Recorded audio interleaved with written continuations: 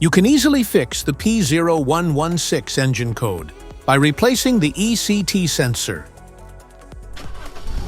This means that the engine's computer is getting abnormal voltage signals from the ECT sensor, which is used to manage air-fuel mixture and cooling fan operation.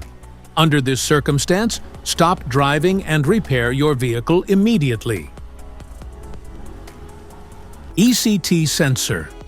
The ECT sensor, or the Engine Coolant Temperature sensor, is an engine management system sensor that is used to monitor the temperature of the engine's coolant.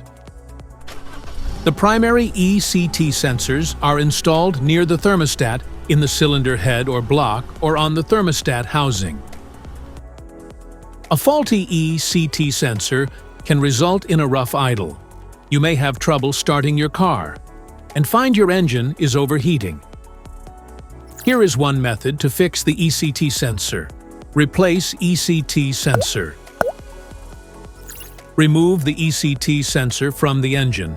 Use a multimeter to proceed with a test on the ECT sensor at an ambient temperature of 68 degrees Fahrenheit.